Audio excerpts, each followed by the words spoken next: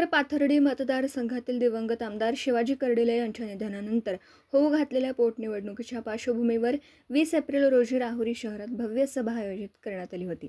महाराष्ट्राचे मुख्यमंत्री देवेंद्र फडणवीस यांच्या उपस्थितीमुळे या सभेकडे सर्वांचे लक्ष लागलं होतं.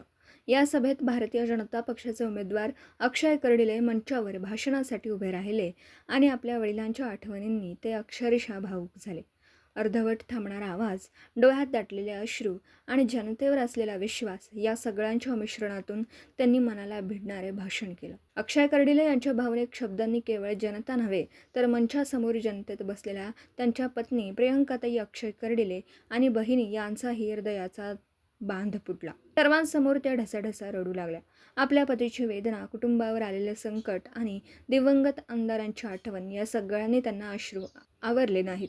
प्रियंकाताईंचे रडणे पाहून जमलेल्या महिलांचे आणि नागरिकांचेही डोळे पाणावले. काही क्षण सभेत शांतता पसरली. अश्रूंनी भरून आलेले वातावरण, दिवंगत नेत्याची उणीव आणि त्यांच्या वारशाला पुढे नेण्याच्या कुटुंबाच्या भावनांनी संपूर्ण परिसर भारावून गेला. या सभेची सुरुवातच इतक्या भावुक वातावरणात झाली की प्रत्येकाच्या मनात दिवंगत शिवाजी कर्डिले यांची आठवण अधिकच दाटून आली. लोकांनी अक्षय कर्डिले यांना दिलासा देत टाळ्यांच्या गजरात पाठीशी आहोत याची कल्पना दिली. राहुरीत झालेली ही सभा केवळ राजकीय कार्यक्रम नव्हता तर एका कुटुंबाच्या वेदनेचा, जनतेच्या भावनिक नात्याचा आणि दिवंगत आमदार शिवाजी कर्डिले यांच्यावरील कृतज्ञतेचा अनोखा संगम ठरला. दीपक साळवेसह योगेश पवार, न्यूज 14 राहुरी. आज नामदार राधाकृष्ण विखे पाटील साहेब व सुजयदादा आपल्या कुटुंबातले सदस्य आहेत. वडील समान भावासारखं त्यांनी प्रेम मला दिलेलं आहे. आणि पंकजाताई आज माझ्यासाठी खास इथं उपस्थित राहिल्यात. हा क्षण मात्र मी कधीच माझ्या आयुष्यामध्ये विसरू शकणार नाही. कारण की आज माझ्या हृदयामध्ये काय त्रास होतोय, काय वेदना आहेत, ताई आपल्याला माहिती आहे की एका मुलाला आयुष्यामध्ये अशी परिस्थिती ती काहीच लागत नाही.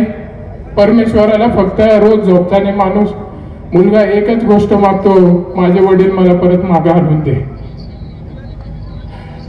पण आज खरं म्हणजे साहेब, तुम्ही आज पाहतायत सगळ्या गोष्टी. आज मला तुम्हाला ज्या दिवशी तुम्ही आम्हाला सोडून गेले, हक्काच्या आणि माझ्या हातामध्ये तुम्ही श्वास सोडला, त्यावेळेस मी तुम्हाला म्हणत होतो की उठा, भविष्यात माझं काय होईल तुम्ही मला सोडून गेले तर.